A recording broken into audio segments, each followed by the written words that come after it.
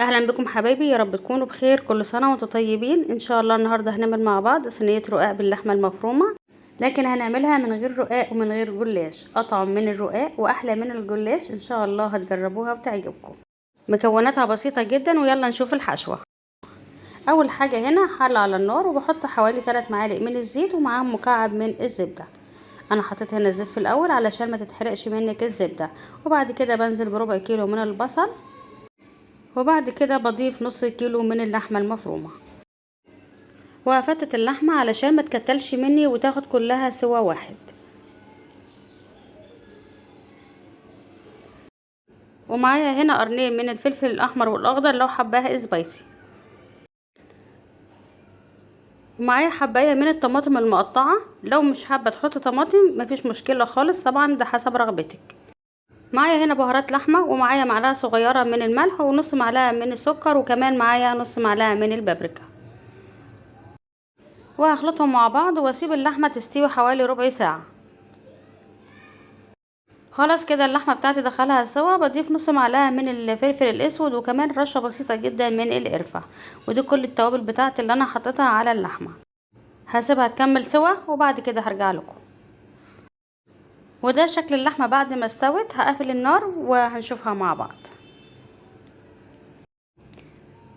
وكده العصاج بتاعنا بقي جاهز، ويلا نشوف العجينه بتاعتنا هنعملها ازاي.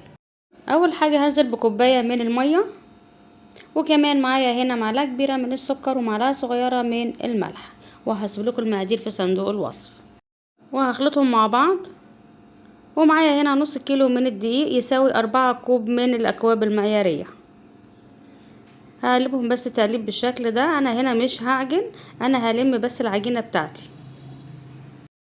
ومعايا كمان نص كوبايه من الميه بحراره المطبخ، هنضيفها بالتدريج علشان احنا هنا مش هنعجن، هنلم العجينه بس مش اكتر. هعجنها وهقولك بالظبط خدت ميه معايا قد ايه. وده شكل العجينه بتاعتي اللي انا عايزاها. خدت معايا بالظبط 350 مللي ميه. انا عايزاها بالشكل ده. وبعد ما سبت العجينه بتاعتي ترتاح ربع ساعه، بجيب شويه دقيق وبعجنها كمان حوالي دقيقه واحده بس او دقيقتين. انا هلم شويه الدقيق مش اكتر. شايفين شكل العجينه حلو جدا. انا عايزاها لينه بالشكل ده، مش عايزاها قاسيه. وبعملها كرة بالشكل ده ومش هخليها ترتاح. بجيب القطاعه بتاعتي وبعملها على 8 كور متساويه، وحاول تكون الكور بتاعتك قد بعض. انا هنا كان وزن الكوره حوالي 110 جرام بالظبط. بكورها بالشكل ده وبخلي القفله بتاعتها من تحت. هخلص وهرجع لكم. وبعد ما شكلت العجينه بتاعتي كلها بالشكل ده، بجيب قالب بايركس او صينيه وبدهنها بالزيت. وبعد كده بجيب الكور بتاعتي واحطها بالشكل ده.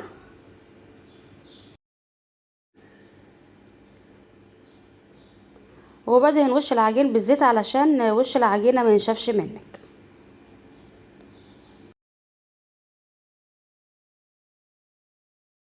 وبعد كده بجيب كيس تلاجة عادي وافتحه واغطي العجينه بتاعتي علشان برضو ما تنشفش مني، واسيبها ترتاح ربع ساعه. ومعايا نص كوبايه من الزبده السايحه او 100 جرام علشان نفرد بيها العجين بتاعنا. ودلوقتي نبدا نفرد العجين بتاعنا بالطريقه دي، وندهن السطح بتاعها بالزبده علشان تسهل علينا الفرد. ولو حسيت ان العجينه مش بتتفرد معاكي بكل سهوله، سيبيها 5 دقايق كمان ترتاح، هتلاقيها فردت معاكي حلوه قوي. شايفين شكل العجين؟ كل ما العجينه ترتاح معاكي تديكي نتيجه اسهل وتسهل عليكي عمليه الفرد. وبدهن السطح بتاعها بالزبده بالشكل ده، وبعد كده بطبقها زي الظرف زي ما انتوا شايفين كده. وكل مره بطبق فيها بدهن دهنه من الزبده بالشكل ده واعملها على شكل مربع. وبعد كده بجيب الكرة التانية وافردها بنفس الطريقة اللي انا فردت بيها الكرة الاولى. لو حاسين ان هي بتلم معاكي سيبيها ترتاح 5 دقايق، هتلاقيها اتفردت معاكي. ولازم كل مرة تدهني فيها بالسمنة بالشكل ده او الزبدة. وافردي العجينة بالراحة علشان ما تتقطعش منك. وادهن السطح بتاعها برضو بالزبدة.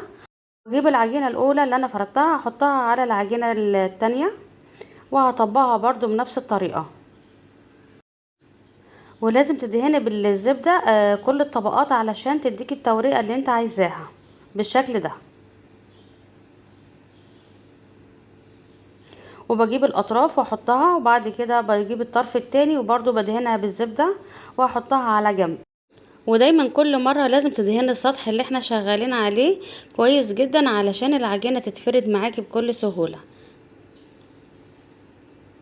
ويفضل هنا ان انت تشتغلي بالزبدة مش بالسمنة، علشان الزبدة هي اللي هتديكي التوريقة. وبعد كده بدهن السطح بتاعي بالزبدة بالشكل ده، واجيب اللي انا فردته في الاول. وبرضو كل مرة لازم ادهن زبدة علشان الفطيرة بتاعتي تبقى مورقة معايا. وكل ما نطبق جزء لازم ندهنه بالزبدة. واجيب اخر كورة معايا وهفردها بنفس الطريقة، ولو الزبدة اتجمدت معاكي تسيحيها كل مرة علشان ما تاخديش كمية كبيرة من الزبدة. كده انا خلصت الاربع كور بتوعي بالشكل ده. ولو الفطيرة اتقطعت منك مش هتعملك اي مشكلة خالص، كله ده هيتدارى. وبعد كده بجيب الطبقات بتاعت اللي انا طبقتها قبل كده وبقفل عليها العجين بنفس الطريقة. وانت بتقفلي كده شدي علشان تكون مورقة معاكي تمام زي ما قلتلك بالظبط. كل مرة لازم تدهنيها بالزبدة كويس جدا. يعني الموضوع سهل وبسيط، مش هياخد منك وقت خالص. وكل مرة تطبقي فيها الفطيرة بتاعتك لازم تشدي فيها بالشكل ده علشان الفطير يكون مورق معاكي وخفيف. وبعد كده باخد العجينة بتاعتي بحطها في الصينية اللي انا هخبز فيها دي 30 في 40، وادهنها بالزبدة بالشكل ده واغطيها بكيس تلاجة علشان وشها ما ينشفش معايا. ودول 4 كرات من العجينة انا فرطهم بنفس الطريقة علشان ما اطولش عليكم الفيديو. جربوها يا بنات وان شاء الله النتيجة هتبهركم جدا. كده خلاص انا فردت كل الكويرات بتاعتي بالشكل ده. ونرجع للعجينة بتاعتنا اللي احنا كنا مريحينها في الصينية اللي احنا هنخبز فيها. وبعد ما ارتاحت العجينة معايا نبتدي نفرد فيها بالشكل ده. ولو اتعصبت معاكي العجينة سيبها 5 دقايق هتملى معاكي الصينية بكل سهولة. كده خلاص هسيبها كمان 5 دقايق علشان العجينة تورق معايا. وبعد كده هبتدي احط الحشو عليها، ولازم الحشوة بتاعتك تكون باردة. وممكن كمان تستبدلي اللحمة بالفراخ هتبقى جميلة جدا. تمام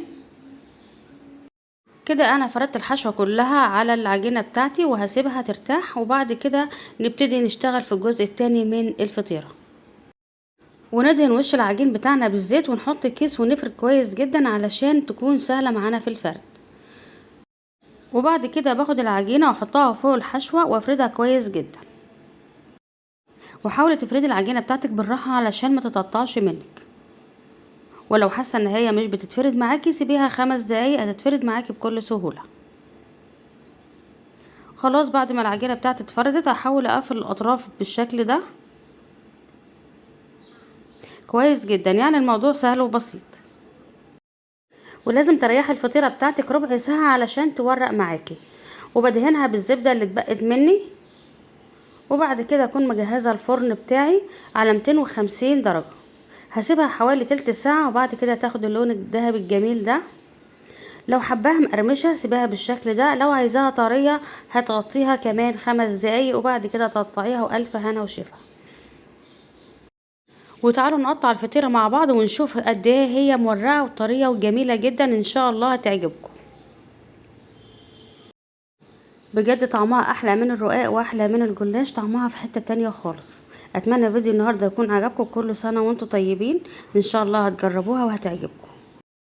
بس لو عجبك الفيديو ما تنسنيش في اللايك والشير وسبسكرايب علشان يوصلك مني كل جديد. وكومنت محفز كده حلو زيك علشان يشجعني، وحط اللايك علشان اللايك بيرفع الفيديو. شايفين الفطيرة بتاعتنا جميلة جدا، لونها جميل قوي، مورقة طرية حاجة كده من الاخر، طعمها فوق الروعة. واشوفكم المرة الجاية ان شاء الله على خير في فيديو جديد. ودلوقتي اقول لكم باي باي.